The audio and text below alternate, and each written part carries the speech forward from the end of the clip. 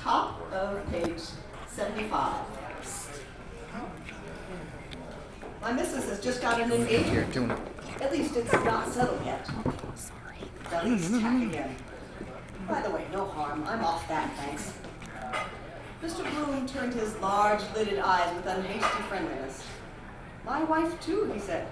She's going to sing at a swagger affair in the Ulster Hall, Belfast, on the 25th.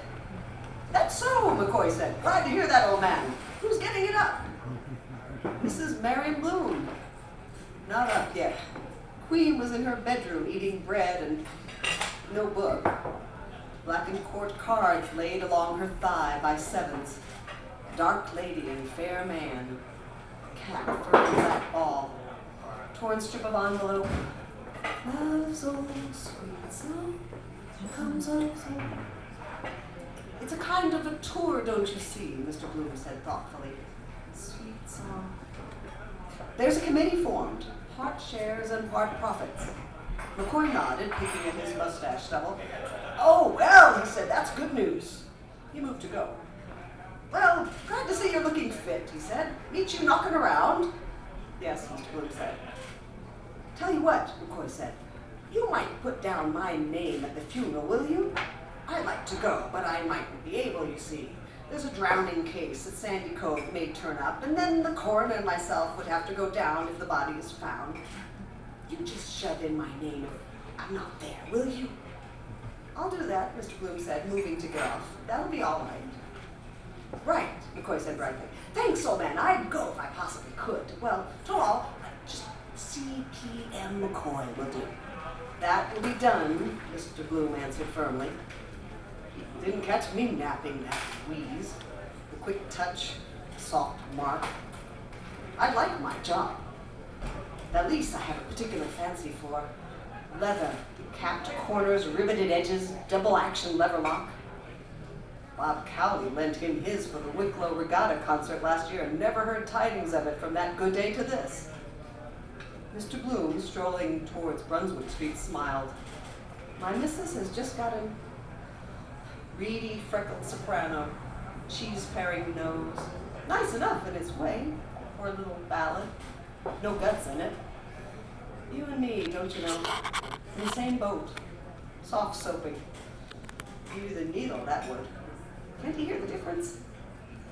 I think he's that way inclined a bit. Against my grain, somehow. Thought that Belfast would fetch him. Hope that smallpox up there doesn't get worse. Suppose she wouldn't let herself be vaccinated again. Your wife and my wife. Wonder if he's pimping after me. Mr. Bloom stood at the corner, his eyes wandering over the multicolored hoardings. Cantrell and Cochrane's ginger ale, aromatic. Clary's summer sale. No, he's going on straight. Hello, Leah tonight. Mrs. Bandon Palmer. Like to see her in that again. Hamlet she played last night. Male impersonator. Perhaps he was a woman. I have Ophelia committed suicide. Poor Papa. How he used to talk about Kate Bateman and that. Outside the Adelphi in London, waited all the afternoon to get in. Year before I was born, that was, 65. And Ristori in Vienna. What is this? The right name is, by Mosenthal it is. Rachel, is it? No, the scene he was always talking about is where the old blind Abraham recognizes the voice and puts his fingers on his face. Nathan's voice, his son's voice. I hear the voice of Nathan, who left his father to die of grief and misery in my arms, who left the house of his father and left the God of his father. Every word is so deep, Leopold. Poor Papa. Poor man. I'm glad I didn't go into the room to look at his face that day. Oh, dear. Oh, dear. Well, perhaps it was the best for him. Mr. Bloom went round the corner and past the drooping nags of the hazard. No use thinking of it anymore. Nosebag time. Wish I hadn't met that McCoy fellow. He came near and heard a crunching of gilded oats, the gently champing teeth. Their full buck eyes regarded him as he went by amid the sweet oaten reek of horse piss. They're El Dorado. Poor jugginses. Damn all they know or care about anything with their long noses stuck in nose bags. Too full for words. Still, they get their feed all right, and their doss. Gelded, too. Stump of black gutta percha wagging limp between their haunches. Might be happy all the same that way. Good poor brutes they look. Still, their name can be very irritating. He drew the letter from his pocket and folded it into the newspaper he carried. Might just walk into her here. The lane is safer. He passed the cabman's shop. Curious, the life of drifting cabbies, all weathers, all places, time or set down, no will of their own. Voglio e non. Like to give them a hot cigarette. Sociable. Shout a few flying syllables as they pass. He hummed. Ah, ci la la mano, la la la la la. He turned into Cumberland Street and, going on some paces, halted in the lee of the station wall. No one.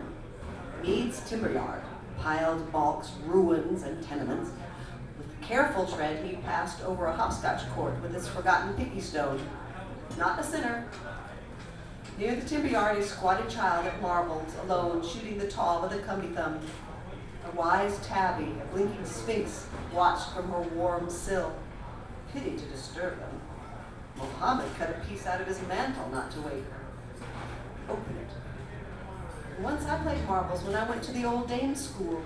She liked Mignonette, Mrs. Ellis, and Mr. He opened the letter within the newspaper. A flower. I think it's a yellow flower with flattened petals. Not annoyed then. What does she say? Dear Henry, I got your last letter to me and thank you very much for it. I'm sorry you did not like my last letter. Why did you enclose the stamps? I am awfully angry with you. I do wish I could punish you for that. I called you naughty boy because I do not like that other world.